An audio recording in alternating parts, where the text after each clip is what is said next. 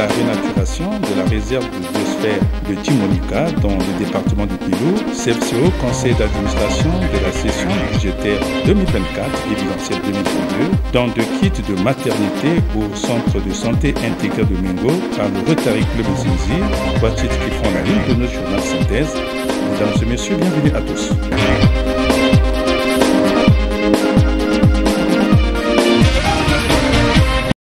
C'est sous le thème « Préservons nos forêts pour lutter contre le changement climatique » qu'a été lancé aux abords de la rivière Lukenene à Djimonika, dans le département du Kwilu, la première journée de la renaturation de la réserve de cette biosphère, classée par décret numéro 428/181 du 1er mars 1988 avec une superficie de 138 000 hectares. Une journée de planting d'arbres pour lutter contre la déforestation causée par l'orpaillage sauvage et semi-industriel. Des espèces d'arbres comme l'okoumé, le limba, le noyer du Gabon ont été plantés sur ce site choisi pour la journée. Une cérémonie marquée par le mot de lancement du conservateur de la réserve de la biosphère de Djimonika.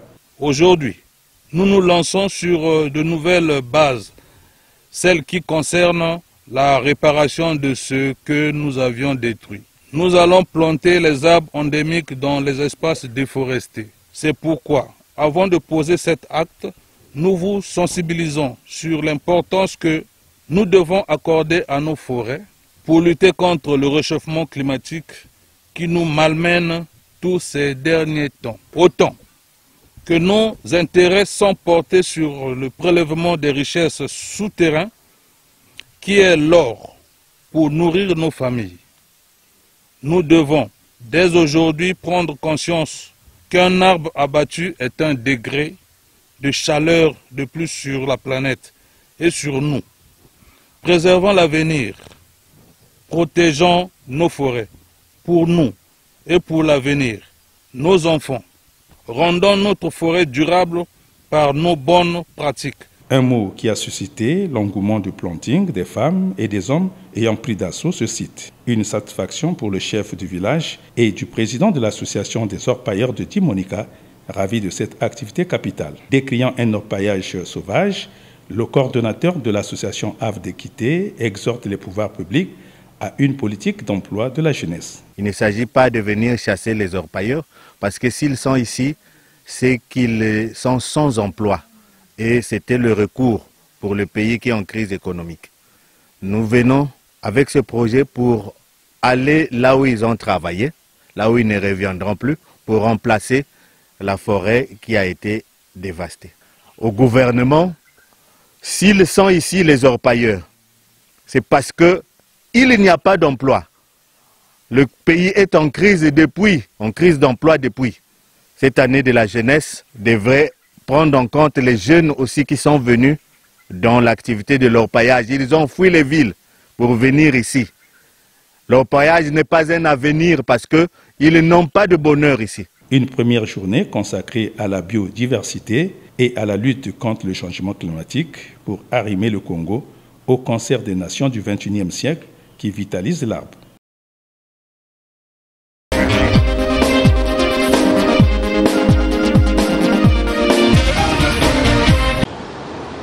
Le chemin de fer Congo-Océan a tenu ce samedi 18 mai 2024 son conseil d'administration, session budgétaire 2024 et bilancielle 2022. Ce, en présence des administrateurs et du directoire de cette entreprise, sous la houlette de Jean-Louis Osso, conseiller du chef de l'État et président de ce conseil d'administration.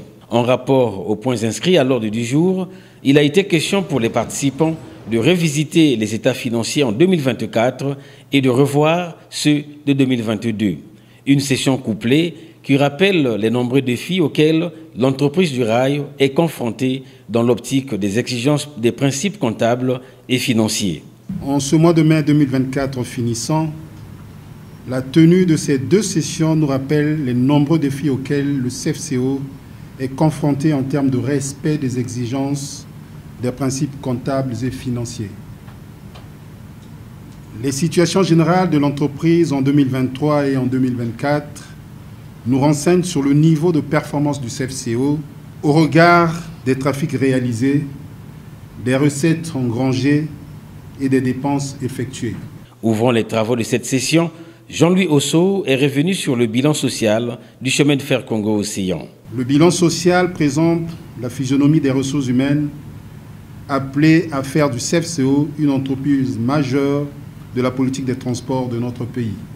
Notre responsabilité d'administration est grande pour donner corps de l'ambition que son Excellence M. Denis Sassou Nguesso a pour le CFCO. L'exclusivité ou le monopole dans un secteur d'activité n'est pas un gage de succès, de réussite et de pérennité. Les décisions à prendre et l'organisation à mettre en place doivent concourir à dédire toutes les études qui présentent le peu d'efficacité, les coûts disproportionnés et les attentes irréalistes comme des mots qui caractérisent le ferroviaire africain en général.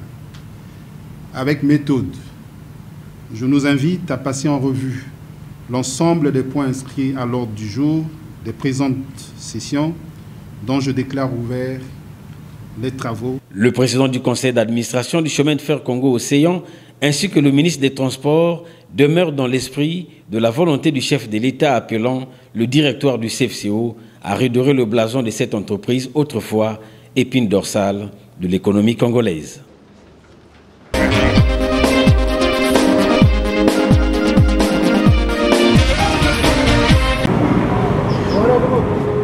C'est sous le patronage du membre du bureau politique, président du Conseil fédéral du Parti congolais de travail Pointe-Noire, Jean-François Kando, que s'est ouverte ce vendredi 17 mai 2024 le séminaire méthodologique de renforcement de capacité des membres et militants de la fédération. Un moment d'échange qui va permettre aux responsables et animateurs des organes intermédiaires élargis aux unions catégorielles, forces montantes congolaises et organisations des femmes du Congo d'être à l'école du savoir pour avoir des rudiments nécessaires de la gestion du parti. Une cérémonie d'ouverture ayant en toile de fond le canevas politique de l'événement développé par Ambroise Bayakissa, secrétaire fédéral chargé à la communication et aux nouvelles technologies de l'information. Ouvrant le séminaire, Jean-François Kando a déclaré que c'est une véritable opportunité. Ce séminaire, qui est une des composantes la plus importante du programme d'activité du Conseil fédéral de l'année 2024, est une véritable opportunité qui doit nous amener vers la standardisation de la praxis organisationnelle de l'ensemble de nos structures. Dans son message au 5e congrès ordinaire, le camarade Denis Sassou Nguesso, président du comité central de notre grand et glorieux parti, le Parti congolais du travail, rappelait à l'ensemble des congressistes que la moisson est à la base. Pour avoir une bonne moisson à la base, il faut en toute évidence disposer des dirigeants bien moulés aux techniques d'animation et de gestion du parti. Un séminaire méthodologique qui s'achèvera ce 19 mai 2024 au siège du Parti congolais de travail à Mfumfu. Le camarade Denis Sassou Nguesso, viva! Viva! Viva! Viva! Oyez! Oyez! Oyez! Vigolo! Ce n'est pas une première pour le Rotary Club Pointe-Noire Ndjinji de voler au secours des populations. Ce samedi 18 mai 2024, ce club rotarien a fait un don de kits de maternité au centre de santé intégré de Mengo dans la sous-préfecture de Luango. Et ce sont des femmes enceintes qui étaient à l'honneur. Tout a commencé par le mot de bienvenue du secrétaire général du village de Mengo recevant les visiteurs. Clarisse Matsouaka, chef du centre de santé intégré de Mengo.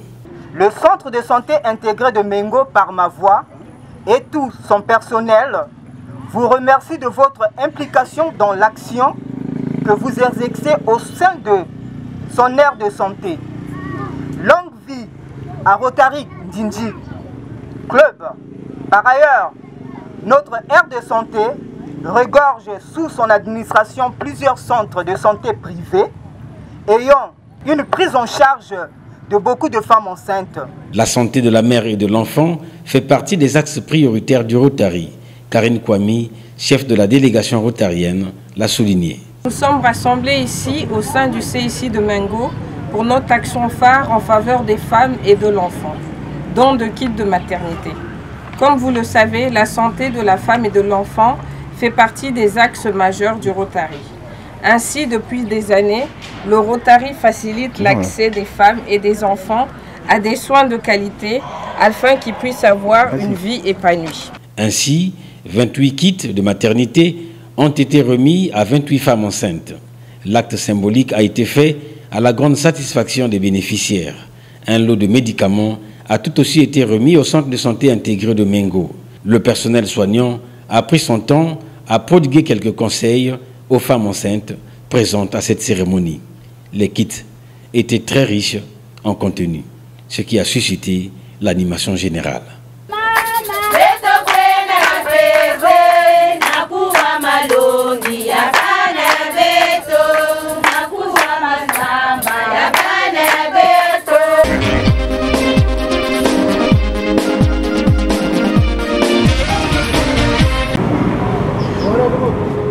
C'est sous le patronage du membre du bureau politique, président du Conseil fédéral du Parti congolais de travail Pointe-Noire, Jean-François Kando, que s'est ouverte ce vendredi 17 mai 2024 le séminaire méthodologique de renforcement de capacité des membres et militants de la fédération. Un moment d'échange qui va permettre aux responsables et animateurs des organes intermédiaires élargis aux unions catégorielles, forces montantes congolaises et organisations des femmes du Congo d'être à l'école du savoir pour avoir des rudiments nécessaires de la gestion du parti. Une cérémonie d'ouverture ayant en toile de fond le canevas politique de l'événement développé par Ambroise Bayakissa, secrétaire fédéral chargé à la communication et aux nouvelles technologies de l'information. Ouvrant le séminaire, Jean-François Kando a déclaré que c'est une véritable opportunité. Ce séminaire, qui est une des composantes la plus importante du programme d'activité du Conseil fédéral de l'année 2024, est une véritable opportunité qui doit nous amener vers la standardisation de la praxis organisationnelle de l'ensemble de nos structures. Dans son message au 5e congrès ordinaire, le camarade Denis Sassou Nguesso, président du comité central de notre grand et glorieux parti, le Parti congolais du travail, rappelait à l'ensemble des congressistes que la moisson est à la base. Pour avoir une bonne moisson à la base, il faut en toute évidence disposer des dirigeants bien moulés aux techniques d'animation et de gestion du parti. Un séminaire méthodologique qui s'achèvera ce 19 mai 2024 au siège du Parti congolais de travail à Mfumfu. Le camarade Denis Sassou Nguesso, viva! Viva! Viva! Viva! Oyez! Oyez! Oyez! Ligolo!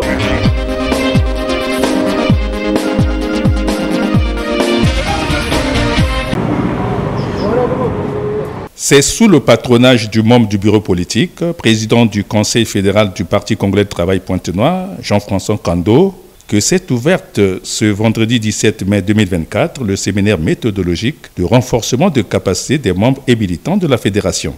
Un moment d'échange qui va permettre aux responsables et animateurs des organes intermédiaires élargis aux unions catégorielles, forces montantes congolaises et organisations des femmes du Congo d'être à l'école du savoir pour avoir des rudiments nécessaires de la gestion du parti. Une cérémonie d'ouverture ayant en toile de fond le canevas politique de l'événement développé par Ambroise Bayakissa, secrétaire fédéral chargé à la communication et aux nouvelles technologies de l'information. Ouvrant le séminaire, Jean-François Kando a déclaré que c'est une véritable opportunité. Ce séminaire, qui est une des composantes la plus importante du programme d'activité du Conseil fédéral de l'année 2024, est une véritable opportunité qui doit nous amener vers la standardisation de la praxis organisationnelle de l'ensemble de nos structures.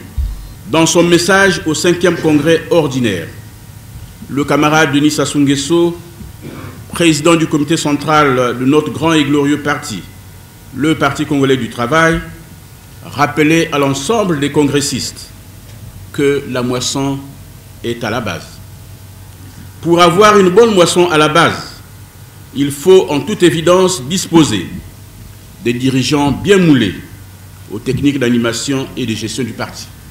Un séminaire méthodologique qui s'achèvera ce 19 mai 2024 au siège du Parti congolais de travail à Mfumfu. Le camarade Denis Sassou Nguesso, viva! Viva! Viva! Viva! Oyez! Oyez! Oyez! Ligolo!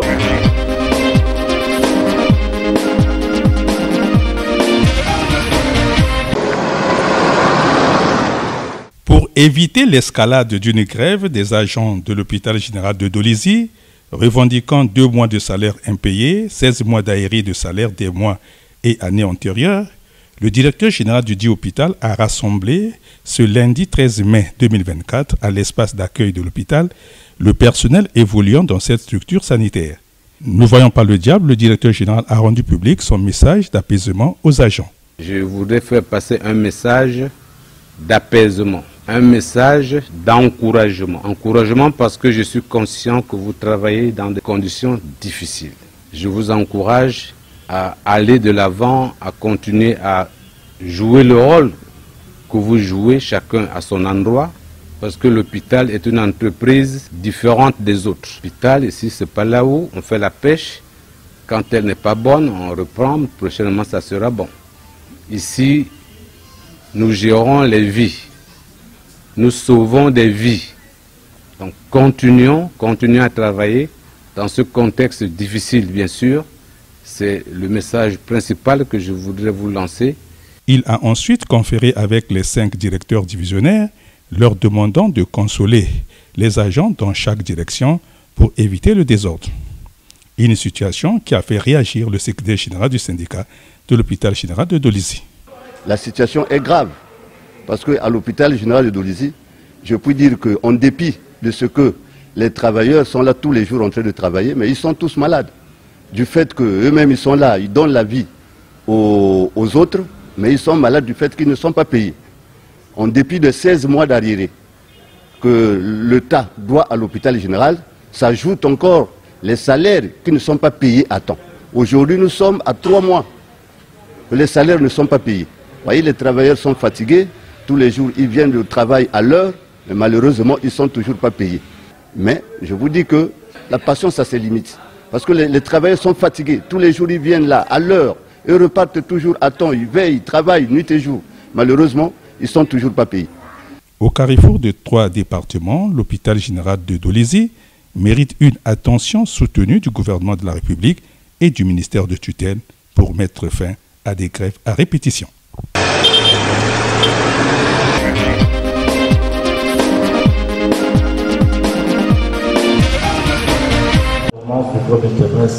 Les travaux de la revue du premier trimestre des plans de travail du secteur de santé des différentes sous-préfectures du Niari et arrondissement de Dolisie se tiennent sur 3 jours à compter du mercredi 15 mai 2024.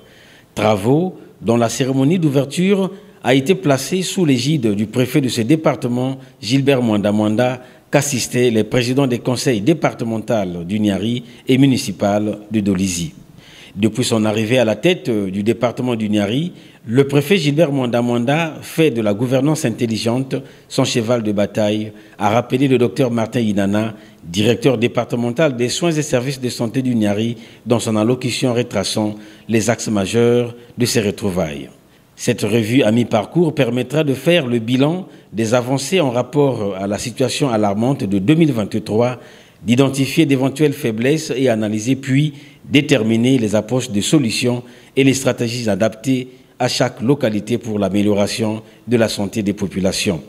Ouvrant ainsi les travaux, le préfet du Niari s'est adressé aux autorités locales concernées. Vous vous souvenez que nous nous sommes retrouvés dans cette même salle et pour ce même exercice. Ce n'est donc pas une première fois pour vous, puisque vous avez été déjà soumis à cet exercice en 2023. Je vous exhorte donc à présent à présenter d'une manière sereine la situation sanitaire de vos circonscriptions administratives respectives. Il ne s'agira pas d'occulter les problèmes ou les difficultés, car on ne triche pas avec la santé, puisque cela finit toujours par nous rattraper.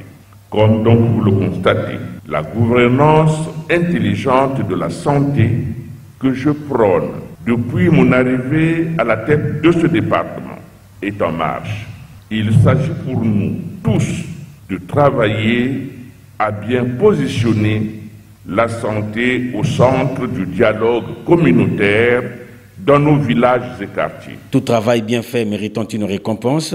Après le mot de délibération des gagnants par le secrétaire général du département, le sous-préfet de Mongondo Nord, premier avec 7 points, a reçu un ordinateur portatif et une imprimante. L'administrateur maire de l'arrondissement numéro 1, Fundu Fundu, avec 6 points, a reçu quant à lui un ordinateur portatif. Les stratégies, c'est simplement respecter les orientations formulées par M. le préfet du département en collaboration avec la direction départementale des soins et services de santé au Niari.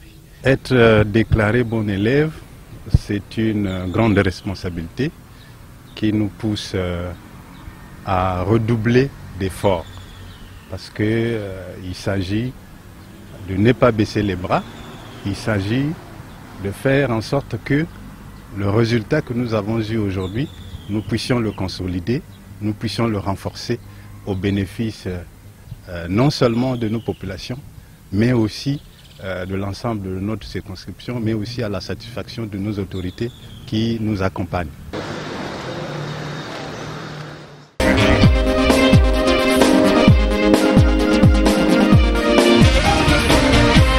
L'hôpital général de Dolisie a célébré en différé la journée internationale de l'infirmier le mardi 14 mai 2024 sous la houlette du docteur Maurice Mebanga Popolo, manager général de cette structure sanitaire. Plusieurs infirmières et infirmiers évoluant à Dolisie et ailleurs ont pris part à cette journée thématique liée à la célébration de la 59e édition de la journée dédiée au personnel soignant. Jean Ibinda, directeur des soins infirmiers, médico-techniques et réadaptation de l'hôpital général de Dolisie, a procédé à la présentation des délégations des structures sanitaires invitées à ces assises scientifiques. Ouvrant les travaux de la journée thématique, le directeur général de l'hôpital général de Dolisie a résumé les caractéristiques du métier de l'infirmier. Les caractéristiques de votre métier se résument par un triptyque. Métier difficile, métier noble et métier humaniste. Difficile parce que votre champ d'action est l'être humain. Aucune erreur, bien qu'elle soit l'œuvre humaine, n'est permise. L'empathie, le savoir-être, le savoir-faire doivent être les fondements de votre action. Métier noble, parce que vous préservez et restaurez la santé avec un professionnalisme indéniable. Métier humaniste, parce qu'il demande de l'amour pour l'exercer.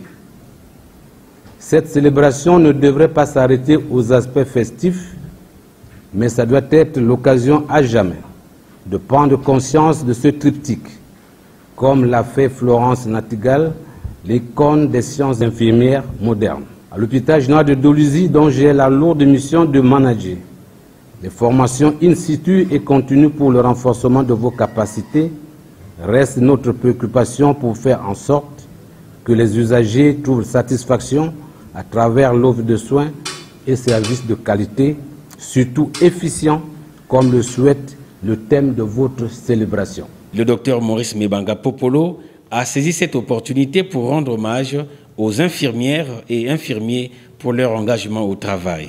Juste après, place aux différentes présentations dont l'accueil et orientation dans un centre hospitalier et bien d'autres thématiques ayant accroché les participants. Aujourd'hui, nous avons encore voulu démontrer et clarifier le rôle infirmier dans toutes les prises en charge, dans toutes les vies quotidiennes et dans toutes les pathologies mondiales. Donc montrer l'essentiel, la quintessence du rôle infirmier dans la vie quotidienne de nos patients. Nous avons d'abord commencé par démontrer, d'abord expliquer l'historique de Florence Nightingale, donc des soins infirmiers, et nous avons ensuite démontré le rôle infirmier dans la prise en charge d'un patient ayant subi un accident vasculaire cérébral. Nous avons aussi démontré le rôle infirmier dans la prévention des complications de décubitus chez un patient alité. Clôturons les travaux au nom du directeur général de l'hôpital général de Dolisie,